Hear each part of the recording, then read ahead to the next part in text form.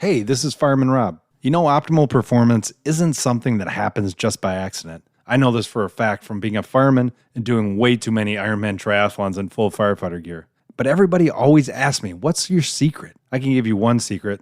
That's the right stuff hydration. Hydration is important when it comes to being present in the moment, ready to run into the fires and being capable of showing up every single time at your best. The right stuff was created for NASA, by NASA, for their astronauts. Now it's trusted by professional athletes in Major League Baseball, NBA, NFL, and most of the top-tier college sports. It's not an accident to prepare yourself to be great. If you're looking for that next edge, go to therightstuff-usa.com and enter the code FiremanRob and you'll get 10% off at your checkout. This is an opportunity I wouldn't pass up. I have and still do use the right stuff. It's serious hydration for serious athletes, from the weekend warriors to those on the front lines. Make this a part of your habits to be the best you daily.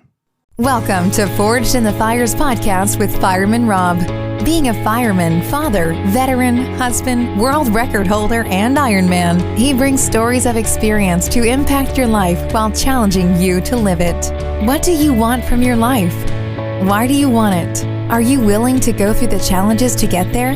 If you have the courage to take that first step, let this podcast be the catalyst to start your fire while you bring the resilience to make it continue to burn. Our lives are made up of moments called right nows. So let's get started. Forged in the Fires podcast with your host, Fireman Rob, begins now.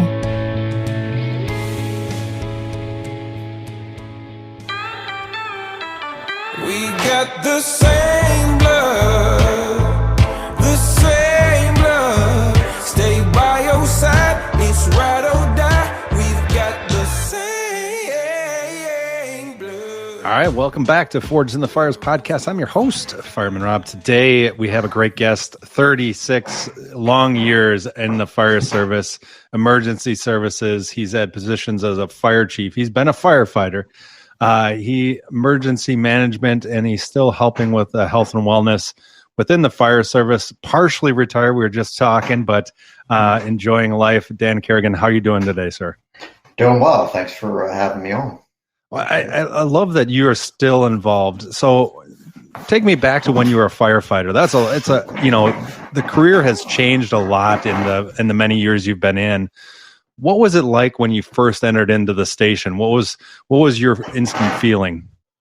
Well, for me to properly answer that, I'd have to go all the way back to when I was born, right? So because I was raised in a family of firefighters and police officers, more or less. Okay. So it was always a part of the fabric of our lifestyle, our being, right?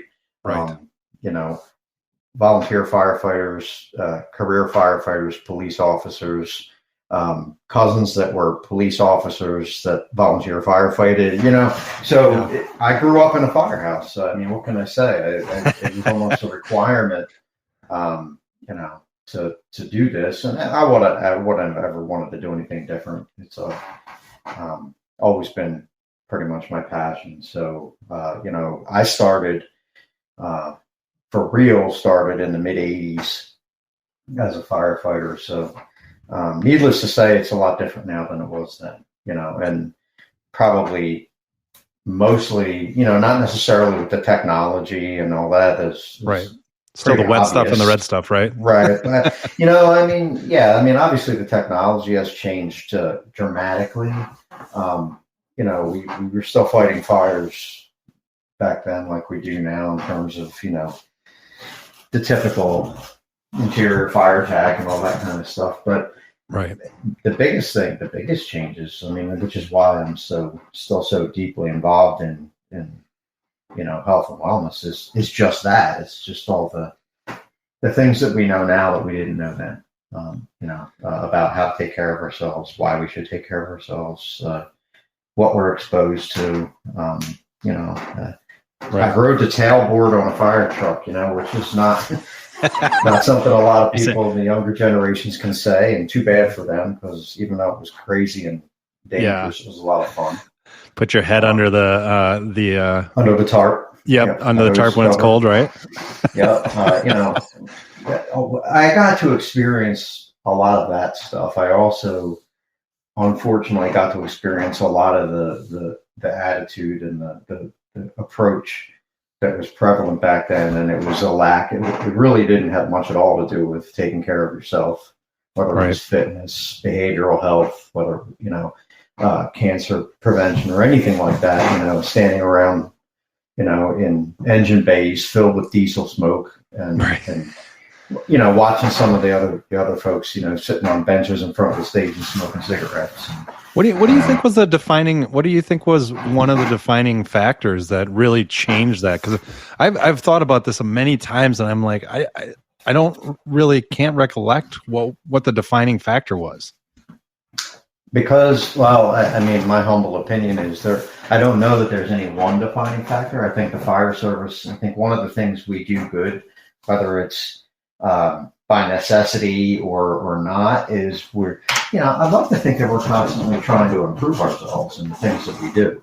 I don't like the phrase, changing of a culture. I prefer to refer to it as infusing new or better ideas into an existing culture. Because I personally believe there's a tremendous amount of our culture that shouldn't be changed. That's perfectly fine the way it is. But that being said, there's a lot that still does need to be adjusted. And I just think it comes with time. It comes with people that are being progressive and thought leaders and, people that want to do better for the communities that they serve and do better for us as fire service professionals. And things take time. And health and wellness is certainly one of those things that takes time. But when I started, I always use the analogy that air packs were for emergencies when I started, right? You were taught make sure you save your air in case you need it, and that sort of thing. And we were wearing less protective gear, ensembles, gloves, things like that. A lot of things that we have now, we didn't have back then, or we're coming along. So it's a lot of things. It's recognition and realization that we can do better at certain things, and it's technology, it's mindset. There's a lot of things that. How did you change as a fire chief? How did, as you went up through the service and, you went from firefighter and, promoted through, and then when you got to fire chief, and as these changes were manifesting, how did you kind of blend those generations of the fire service to continue to move forward, like you're saying, with that in essence, infused mindset into this culture? Most people are aware of that saying, the two things firefighters hate the most is change and staying the same, right? So you have to find you have to find that balance. I think that a lot of it for me was just observing, listening, educating myself, allowing myself and the people around me to have an opinion on things that may not always be the same as somebody else's. And just trying to be practical about what's important. And for the biggest thing for me is, we knew what we knew back when I started, and now we know what we know. And those are vastly different. I'm not necessarily proud of a lot of the things that we did or didn't do in the 80s or 90s or whatever. Right. But we knew what we knew, and we were doing the best we could with the information we had. We didn't have the vast amount of data, research, science, all the things that we have available to us today, those tools. We didn't have a lot of that available back then. So what we leaned on was, and still rightly should and still do, is mentorship, progressive thinking, even if it was in the minority. In a department or whatever. And I was lucky enough to have some really good mentors when I was a kid that were, quite frankly, they were demonstrating an importance to their own health and wellness, even back when most of us weren't, or thought we were invincible, or thought we would never, nothing could ever happen to us, just like when we were teenagers, and I in some ways I consider myself lucky that I had that influence, that kind of influence, and so I just try to carry it forward, and that's what keeps me interested in the fire service more than anything, is just trying to continue pushing those messages that, that help the up and coming firefighters, the newer firefighters, and hopefully that they'll listen to some of what we've learned in our experiences. And by the time they're leaders in their departments, a lot of what we're trying to educate now will become second nature. That's the way it works most of the time, right? We try to get to the recruit classes as much as we get to anybody else now, because the idea is start out young. 10 and 15 years from then, that those folks are going to be in positions of responsibility, a lot of them. And so if we can instill those ideas in them when they start, then hopefully it becomes second nature by the time they're in charge. Totally makes sense. Now, when you look at some of the bigger challenges that the fire service offers, is not just having that habit or that wellness at the station, but we have such a dynamic and diverse group of individuals that do different things outside of work. And how do you balance that of saying, hey, these are great things to do, and then when you get home, this is what you should do too, because kind of that universal side of going home is not the same for every single person. No, it's we like to say that, choosing to become a firefighter or any public servant, emergency responder or whatever is really it's a life decision, right? It's not something that you leave at work and go back and pick up where you left off, right? So it's a lifestyle that requires a certain attitude and personal accountability in our view. And that includes, moderation, right? It includes an understanding that you have to do maybe even a better job of taking care of yourself when you're off duty than you do when you're on duty, because you have more of an opportunity to do that. Like we talk a lot about sleep deprivation and how that affects everything that we do, physically and mentally and emotionally.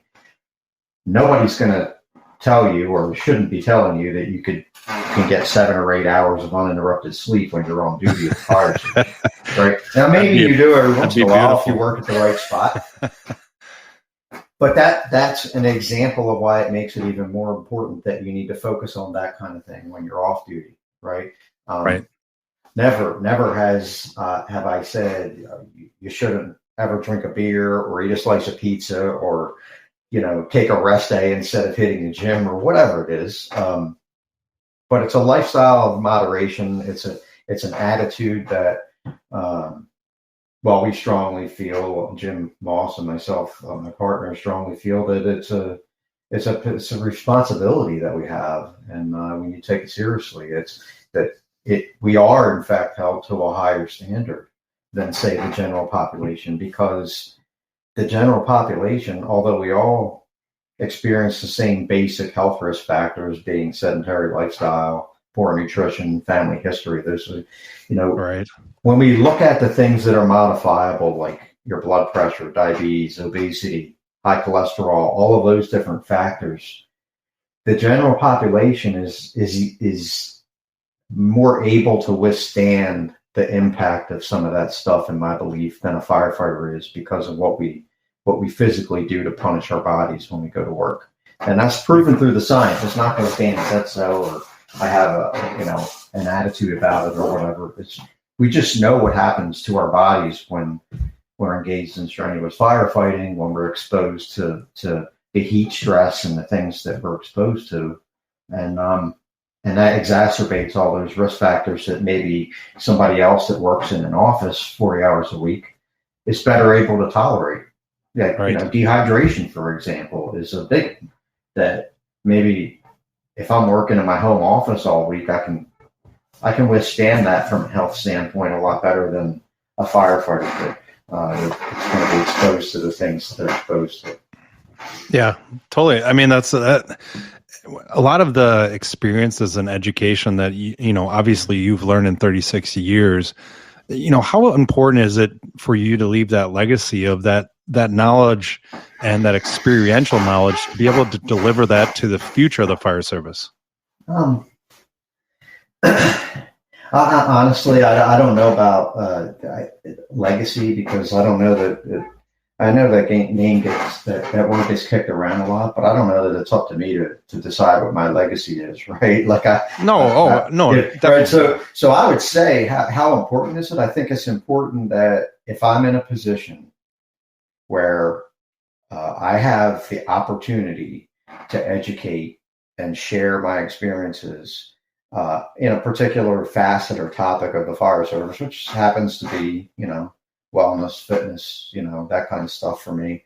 And people are listening, and I have, I guess you could say, maybe a certain level of credibility for now with that. And I can speak about it intelligently and back that up with my experience and my education and whatever else, certifications and things like that. Then I think it's incredibly important that we do that. And I don't expect that people are going to listen to Dan Kerrigan forever about it. But I think, we need to strike while the iron's hot if we can do that, and we can get to as many firefighters as we can with good, valid information and, common sense suggestions that are backed by the data and the science. Then I absolutely have an obligation to do that until people don't want to listen to me anymore, right? And somebody else comes along, and then my obligation is to support that person and people. That's really how I look at it. It's I hate to use a cliche, but it really is just about paying it forward and trying to stay in my lane and what people maybe look to me to listen to the information that I have. Where it no differently than I would look to other professionals in the industry for other information that I feel like they are experts on in different facets, right? So that's kind of, I just try very hard to just stay in my lane and do my thing and help where I can. And as long as I feel like I'm adding value, then I'm going to keep doing it. I love it. And you have a fantastic book, Firefighter Functional Fitness. You can go to firefighterfunctionalfitness.com. Tell me more about the premise behind that. Having that optimal firefighter performance and being able to have a long career. What was the premise behind that book? The premise behind the book, if I had to sum it up, was that myself and Jim both kind of were doing things parallel but separately in terms of, I guess you could say, trying to raise awareness, right? And kind of eventually realized that there really wasn't anything out there, at least in our minds, that was kind of a resource that you could give, not just to fire departments or organizations across the board, but individuals that wanted to do better for themselves, right? And a lot of folks know how important it is, but don't know maybe what the best way is to get it accomplished, right? So we set out to try to help people by giving them a comprehensive, holistic look at why it's important to do it, first of all, and then, after the why is sort of tackled, then we can approach the what and the how, right? And that's really, if I had to sum it up, I think that's probably what we're trying to do at the time is fill a void that we felt like a lot of people, if we were feeling that way, then, and as firefighters that have come up through the ranks, if we're feeling that way, then certainly plenty of others are too, right? So what's an inexpensive way to be able to reach as many people as we can, whether their department has a bunch of resources or not? And so I guess that's kind of how I would describe it, and hopefully it helps some people. There was a hole to fill, a void to fill, and we tried to do it. That totally makes sense. And with that book, it kind of led you to be able to be that voice, to be that individual. Now, where do you see that health and wellness, from being a chief and from where you came from a firefighter, where do you see that health and wellness in the fire service going? What is that next possible step for us to be in? There's a couple things that come to mind.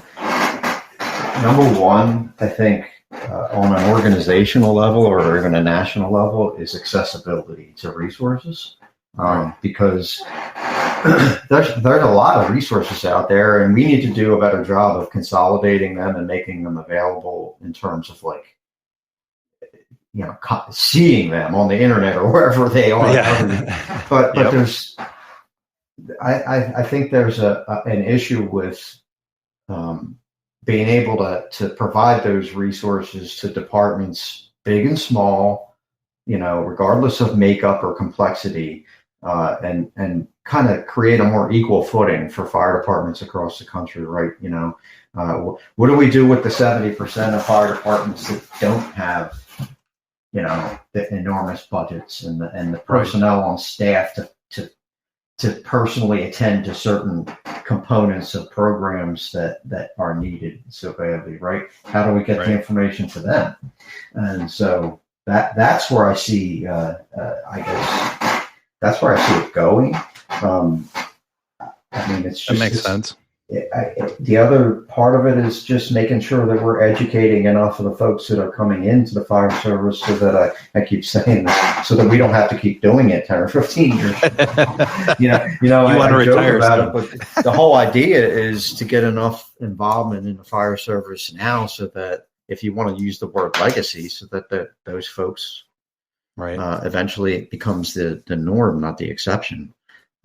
So I'm not sure if that answers your question. That completely answers it, because I think it's a very dynamic environment. I mean, in the fire service, we always get the latest and greatest things. Like somebody's like, "Oh, this is the best thing to be able to open a door. This is the best new nozzle."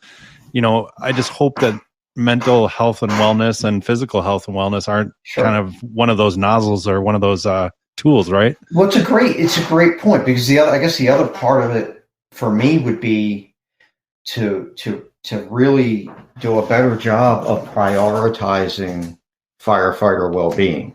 And that comes, look, I'm a fire chief. Look, I'm going to call everybody out. That comes from the top down as much as from the bottom up.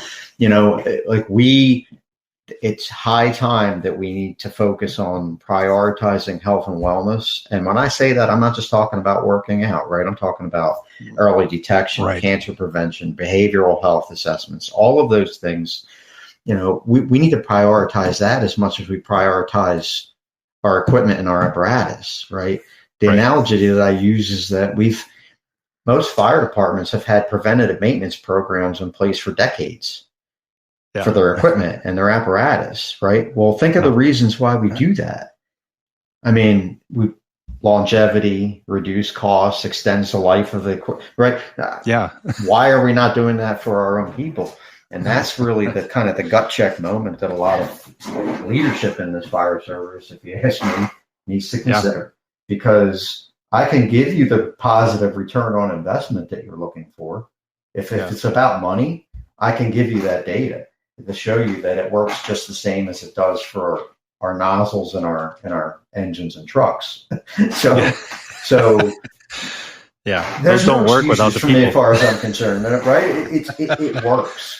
And so we need to prioritize that moving forward. And I think that's where a lot of our focus really in our push is. We're just going to continue to, for lack of a better term, we're just going to continue, I say collectively, all of us that are involved in this educational process, continually be in your face about the importance of this until we finally get enough people on board to realize that it becomes more of a given, than it is now.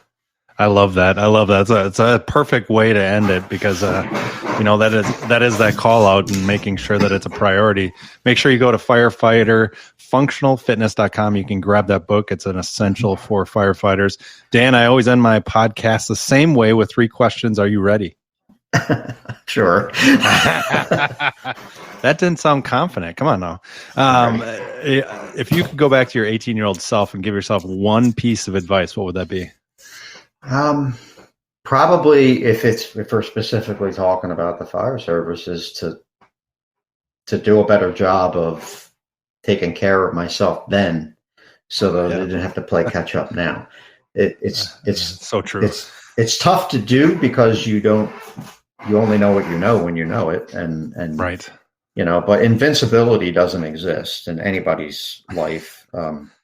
So if it's specific to that, listen more to other people and keep my mouth shut, right? And just Love it. do a better job of taking care of yourself. We're not Captain America. No. All right. If you could give the second one, if you could give people, everybody's going through challenges and struggles, and a lot of times we don't know what those are. If you could give them 2 habits that they should incorporate into their daily life, what would those be to continue to move forward? Well, one would be, and I feel very strongly about this as a victim of it as well, is if you're involved in emergency services, you have to absolutely find some time to get away from emergency services and do something else that you enjoy. Like, great idea. So much of us came up from the volunteer fire service and all that. And what did we all do? We spent every week an hour at the fire station, when we could, when we weren't working or whatever. We know many career firefighters that when they're not on duty, they volunteer at other stations and they're constantly involved. And look, don't get me wrong. I appreciate the dedication. Yeah. But if you do not have an outlet, a healthy outlet for what we do, it's going to end up catching up to you, right? I don't care if you like to go fishing, read a book, ride a bike, whatever it is, that's a healthy outlet that you can step away from in mind and body, step away from what we do every once in a while. It's going to bode well for you in your career and in your retirement, as well as your family's, support and, everything that they do for you. So that would be the biggest thing. The other thing would be just to get up and get moving. Like avoid a sedentary lifestyle at all costs. Nobody's asking you to go out and be an Ironman triathlon athlete. No, don't do that. Right. But you stay active. Yes. Everything is connected. Physical health impacts your mental health. Sleep, proper sleep habits impact your mental health and your physical health. All of those things, when it comes to taking care of ourselves, are connected, and staying active and exercising leads to getting good sleep, which leads to a better mental outlook and so forth and so on. And you know what? If you need help with something, go get it. Don't be afraid to ask for it. That's a huge one. So I gave you 3, but I like it. You had the 3 already. You were like, okay, I'm going to give you 3. All right, this last one's going to be fun. If you could have coffee with 3 individuals, like it could be deceased or alive, at a firehouse table, so no question is off the table. You can ask them anything. Who would those 3 people be? Well, one person would probably be Benjamin Franklin. Ooh, that's a good one. That would be pretty cool. I always wanted to talk to him. That'll never happen. I think I would actually enjoy having a conversation today.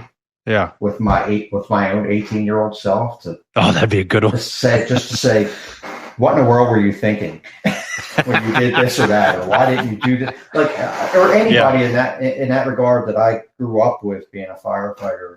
That if I could go back now and talk to a person like that and see what they think looking back on it, that would be cool. A third person, if I'm not including my own family, would probably, geez, there's so many. It's a tough question, definitely. I would. It would be neat to just sit down with Alan Bernstein, I think. And yes. I think, and pick the Chiefs' brain for a while. And I'm sure a lot of people will say that if you ask them, just to have a no holds barred conversation with somebody like that, without time limits or anything like that would be pretty cool as well. I mean, that'd be pretty amazing. Plenty of people. I love that. Well, Dan, it's been an honor to have you on here today. Make sure you go to firefighterfunctionalfitness.com. You can find the book there. Dan, you have a great rest of your day, and thanks for joining. Thank you very much for the opportunity. I appreciate it. Thanks for listening and supporting the Forged in the Fires podcast with Fireman Rob. Remember, don't forget to like and subscribe to this podcast, and please share this episode with a friend or family. To find out more about Fireman Rob or reach out about a question, go to www.firemanrob.com. Until next time, live your life forged in the fires.